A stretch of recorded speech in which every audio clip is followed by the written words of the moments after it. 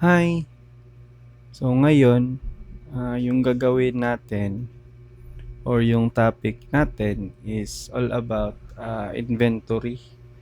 So ito is gagamit tayo ng ah, scriptable object and then tsaka abstract ng mga class. So first is dito is kahit anong version or project file or template, kahit 2D or universal or or 3D or built-in, pwede. So ito yung gamit ko, Unity 6 na 0.3, and then yung project name, ito GD5 inventory tutorial. So ngayon, create natin. Then wait lang natin. Okay. Konti na lang. Okay, sige. After nito, pag naka-open na yung Unity editor ninyo, so punta muna tayo sa isang website kung saan natin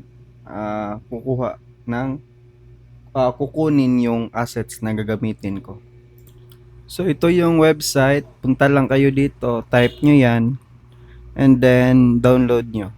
So after nyong ma-download, drag natin sa ating project. So first, gawa muna tayo ng folder.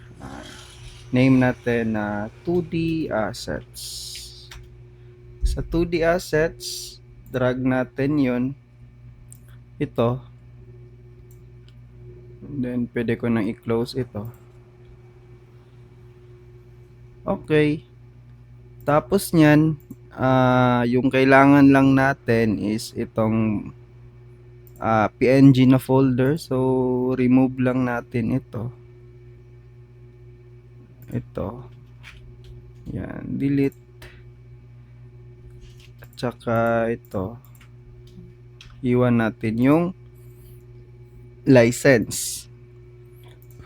So ngayon, punta tayo dito sa items, and then select natin ito lahat.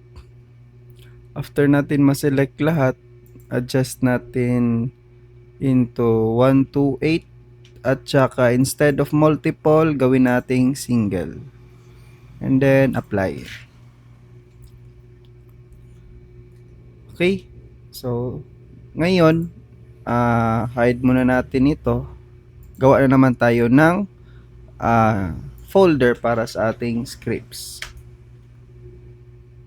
So open natin, gawa tayo ng mono behavior script. Unang gawin natin ito, tawagin nating item class. Ang next naman, gotcha pa sa Unity. And then create na naman mono behavior script again, or kung other version of Unity editor, C# script. So ito, tawagin nating tool class.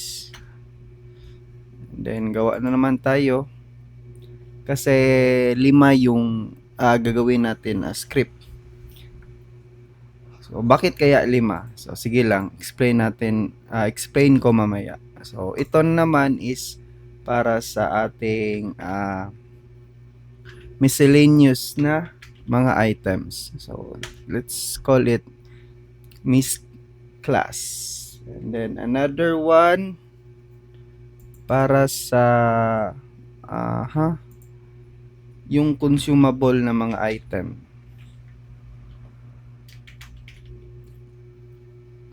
So ito. So 4 pa lang. So bakit kaya may 4 na mga tawag nito? 4 na mga class. Kasi sa inventory, like for example, RPG, merong inventory, merong mga item na consumable, merong mga miscellaneous lang na mga item at saka meron yung item na, for example, tool. So example of tool, for example, hammer, axe, sword. So ganyan, marami. So and then open natin yung item class. So sa item class, ito yung gagawin natin sa script. So remove natin ito kasi gagawin nating abstract class si item class. So paano siya maging abstract? So lagyan natin siya ng abstract. And then hindi natin kailangan itong mono behavior. Kasi nga abstract lang ito. So ibig sabihin kasi yung abstract ito yung hindi natin nai-import or na-add component sa ating game object sa Unity. So example ha. So meron tayong item class dito. Okay, save ko 'yan. And then punta kay Unity. And then gawa tayo ng isang empty object lang. For example, demo object. And then mag-add tayo ng component. So hanapin natin si item class. So hindi natin nakikita. Example, i-add natin si consumable class. Nakikita natin si consumable class. Pati din si miscellaneous class. Kasi nga, kung i-open natin itong item class, wala siyang mono behavior.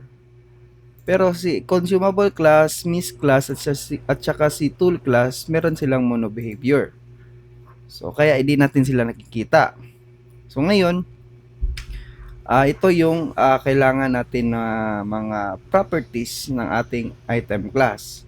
So first, gawa muna tayo ng header para ito, item properties, and then public string item name at saka yung item icon.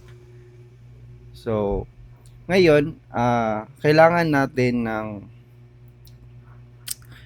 magawa ng mga abstract na mga functions. So ito, gawin natin public abstract na void get item. So kulang. May kulang. Ito, item class. And then ito. Hindi pala void. Kasi nga ito. Class yung gagamitin natin. Next naman is para sa ating public abstract na para sa ating tool class get tool. Then para naman sa ating miscellaneous class abstract, then get, and then the last one is yung ito. So ayan.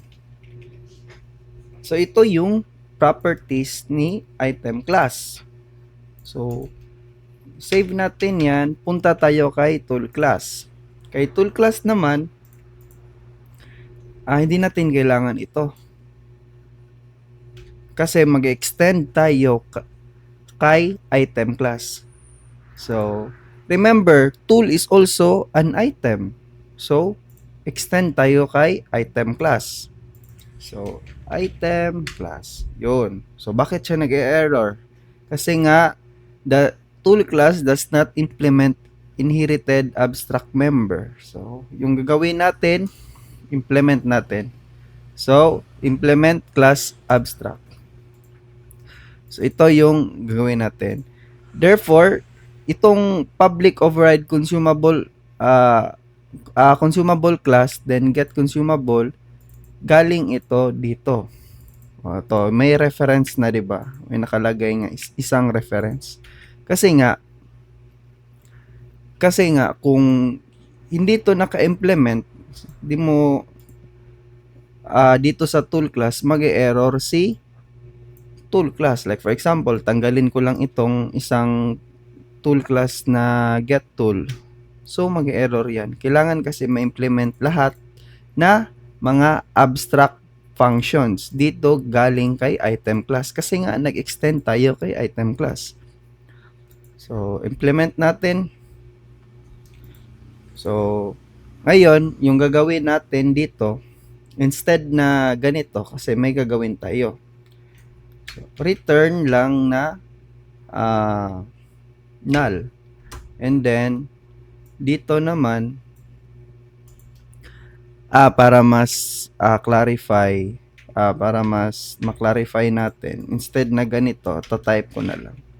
So, ito yung gagawin natin. So, public override, then get item, ganyan.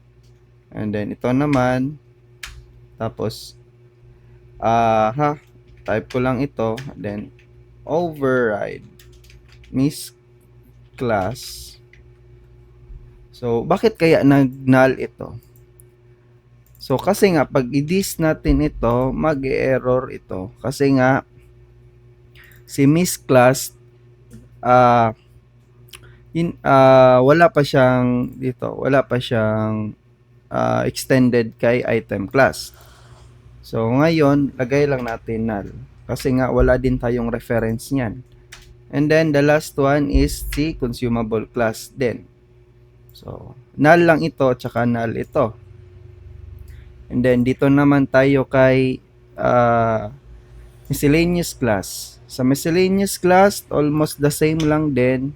Pero yung kaibahan lang, copy lang natin galing sa tool class, extend tayo kay item class. And then, paste nyo lang. So, ito na naman ang mag-error kasi nga wala tayong reference kay tool class. Bali, sino ba yan si tool class? Kung dito tayo kay miscellaneous class. So, gawin lang nating null. At saka dito naman sa miscellaneous class na get miss, gawin nating this. Then, save natin. And then, dito naman tayo sa consumable class. And then, remove lang natin ito. And, extend tayo kay item class. Tapos dito naman, paste nyo lang ito. Gawin natin itong null. At saka, ito na naman yung naka-this. So, ganyan. Ito yung mga kailangan natin. Ngayon, like for example, sa ating tool class, gawa natin ng properties. Sa properties, like for example, header, and then tool properties, tapos public, hindi, gawa mo na as enum pala muna. Enum, and then tool type. So, example lang ganito. And then, siguro add na lang tayo ng awag na lang. Kasi nga, tool lang ito eh. So, ngayon, gawa tayo ng public tool type na tool type. So, save natin yan. And then, sa consumable class natin, like for example, pag kukunin natin ito, ano ba yung pwedeng mabibigay na properties ni consumable class. So, ito. Header, and then consumable properties, and then public float health added. Okay, save natin yan. Save. And then, may magic itong mangyayari. Punta dito kay Unity.